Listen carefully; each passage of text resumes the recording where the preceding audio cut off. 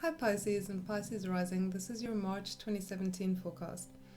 So happy birthday Pisces, for those of you still having your birthday and to those of you who've just had your birthday, this is really your time to shine. And astrologically that's because the sun is in your first house, so this is really where you want to recharge your batteries for the year ahead.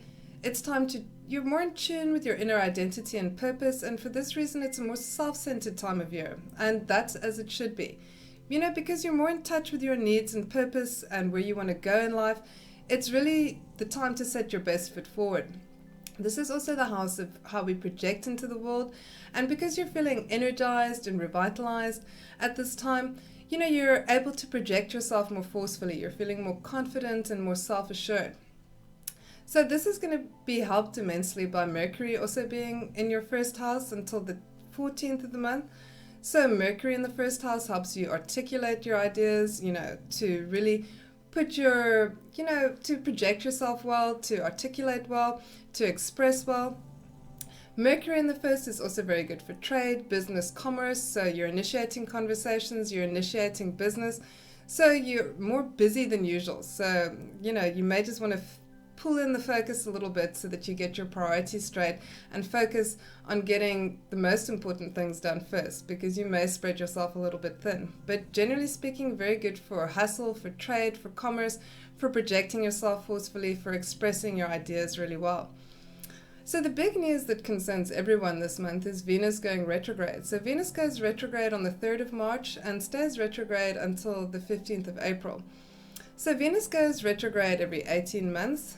And Venus is that planet of love, affection, friendship, money, and luxury items. So Venus going retrograde, the focus is really on relationships and relationship matters and financial matters more than anything else.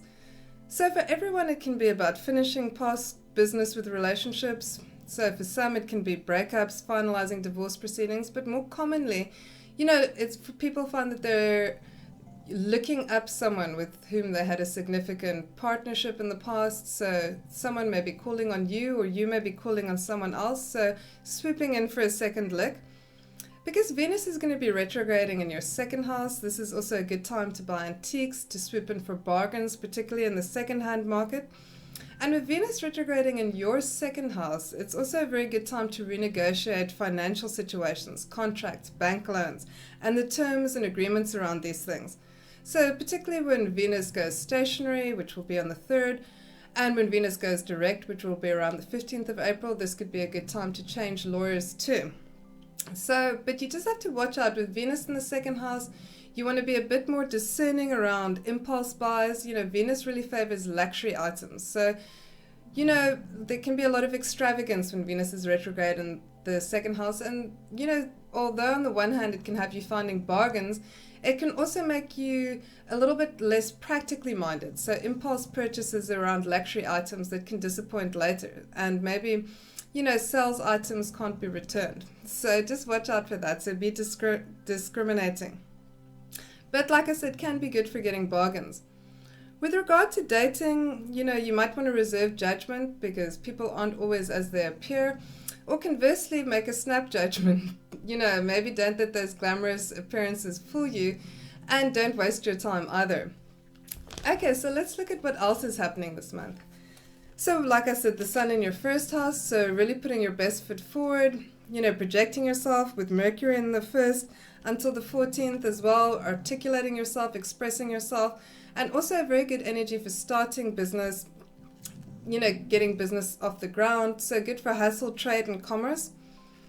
From the 20th, we'll have the sun moving into your second house, and this is the house of material affairs, finances, comfort, and security. So the sun moving in the second is a good balance to Venus and Mars, which will be in the first half of the month. So until the 10th of March, we've got Mars in your second house as well with Venus. And Mars in the second house can also be inclined towards impulsivity, impulse buys. So, you want to be a little bit more careful in terms of finances this month. With Venus retrograding in your second house, it might really be a good idea to set up a financial savings plan, or just a budget for the month so you kind of protect yourself in advance and emerge triumphant instead of regretful. So Mars in the second house, however, does direct a lot of energy towards making money as well, utilizing resources to get work done. But you may also find disputes around financial agreements and issues. But Venus here is going to really help mitigate those. So while conflicts may come up, Venus will provide the energy to revisit those things, to resolve them as well. So on the 10th, Mars moves into your third house, and this puts the energy into day-to-day affairs. Mars here is very confident, very self-assured, so this is a very good placement for selling yourself, your ideas, for projecting yourself with confidence and assurance. So people respond very favorably towards that, but does lend itself to more busyness, generally speaking. As I said, Mercury will be in your first house until the 14th, and this is good for self-expression. You're feeling more objective and detached. Mentally and physically, Mercury in the first is quite busy, restless, many projects, but it's very good for, getting things done, as long as you keep the focus. From the 14th, Mercury moves into your second house, and here your mind is on money, and money is on your mind. So again, good for conversations around financial matters.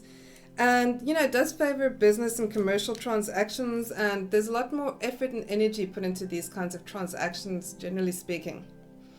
On the 20th, the Sun is going to move into your second house, and this is a good balance because the Sun in the second house is not so inclined to take risks. So the Sun in the second, concerned more with security, making the most of what you have. And, so there's lots of work being put into financial matters, financial affairs, but you do favor security over risks, which is a good balance with Venus in the second house. So let's look at the aspects this month. On the 2nd, we've got Jupiter opposing Uranus between your 8th and your 2nd house. So this is your financial houses. And this has been a key aspect this year, Jupiter opposing Uranus. So, with Jupiter in opposition to Uranus, the desire is very strong to break free from duties and obligations that restrict your freedom. And for you, this is going to be around financial affairs or give and take in relationships, conversely. So this aspect could bring up a circumstance that allows you to extricate yourself from binding or limiting circumstances. So if you're dealing with other people, you may find that you need to give them more freedom than usual as well, because you could be that limiting, binding, or restricting force in their lives too. On the 4th, we've got Mercury conjunct Neptune, and much like the Sun conjunct Neptune, this can make you more perceptive, more imaginative, more creative, so good for creative self-expression. On the other hand, you may not feel as self-assured in terms of expressing your point of view with this aspect. So you may lack a little bit of confidence. And for that reason, and for others, it's also not a good time for legal contracts and negotiations, because you may find yourself being misled by other people at this time and not seeing issues very clearly. On the 5th of March, we've got Mars trining Saturn between your 2nd and your 10th house. And Saturn, of course, in that 10th house of work, in a favorable aspect of Mars, is very good for endurance, for getting a lot of hard work done, for really putting your shoulder to the wheel, as it were. With Saturn and Mars together, work doesn't have to be glamorous or too interesting for you to buckle down and get things done. And if you're having to deal with a difficult work situation, this will really help you persevere and push through. On the 6th of March, we've got the Sun conjunct Mercury in your first house, and this is very good for initiating conversations or business discussions and negotiations. So taking the initiative to start interactions or to start up business and commerce deals.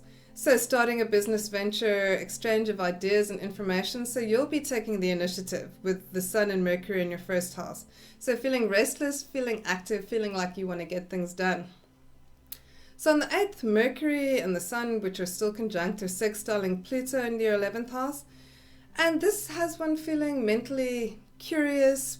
You're looking for the truth, you're looking for answers, you're good with problem solving, getting to the bottom of things. So this can really help you, because your 11th house is involved where Pluto is. This can help you reassess goals, objectives, dreams, and ideals. So maybe rephrase them or, tackle them anew and see if you're still on the same page, or if you have new aspirations. So good for getting to the bottom of things, good to getting to the heart of the matter, good for organizing things, generally speaking. So the full moon on the 12th of March is in your 7th house. And the 7th house is, of course, the house of all important partnerships, significant one-on-one relationships. So the emphasis is going to be here. So with full moons, emotions always run high, issues can culminate. And for you, this is going to be around partnerships. So negotiation and compromise are very important. Issues can come up that have to be dealt with and resolved. But this can be a very productive input.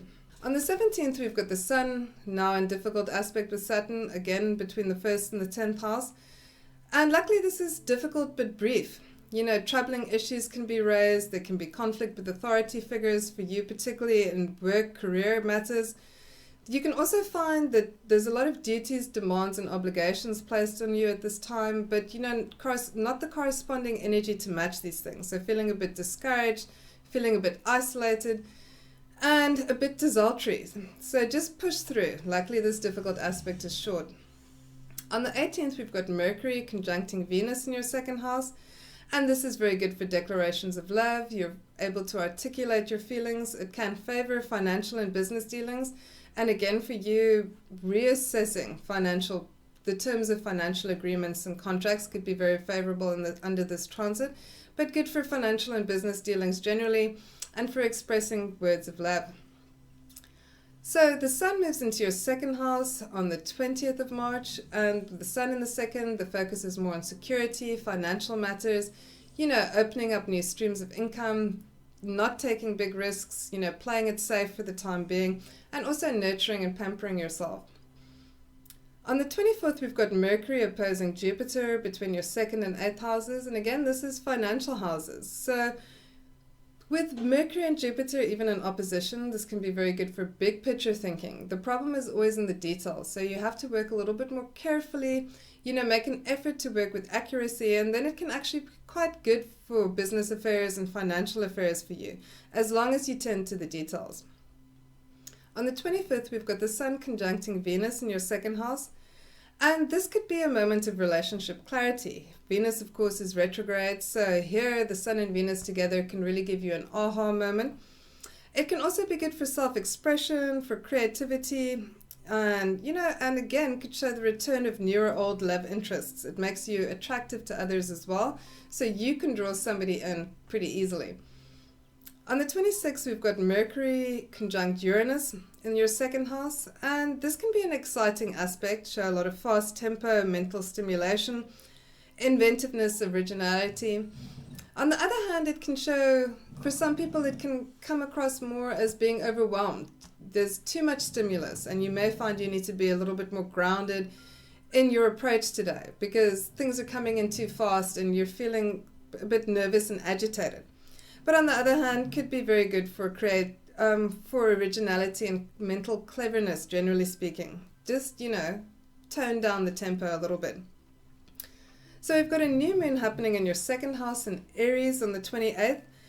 And new moons in your second house, this is a startup energy for the next 2 weeks around financial avenues. So for you looking for ways to increase your income, or thinking about ways to restructure your life so that you can bring more of what you value in. So it's all about setting realistic financial goals, what's attainable, what can be achieved. And on a sensory level, it's really about nurturing, pampering, and doing things that make you feel safe and secure. So the month ends with an important aspect between Jupiter and Pluto. So Jupiter squaring Pluto between your 8th and 11th houses. So with the 11th house involved of hopes, dreams, and ambitions, this can show the need to align yourself to something bigger than yourself. You're looking at ways in which you can make a difference in the world, ways also to achieve your social standing and prominence, but really you want to align yourself with a cause that's bigger than petty, personal, and mundane concerns. So looking at ways to make a difference, to get involved with something bigger and more important than yourself. Anyway, if you've enjoyed this podcast, please like and subscribe, and thanks so much for listening.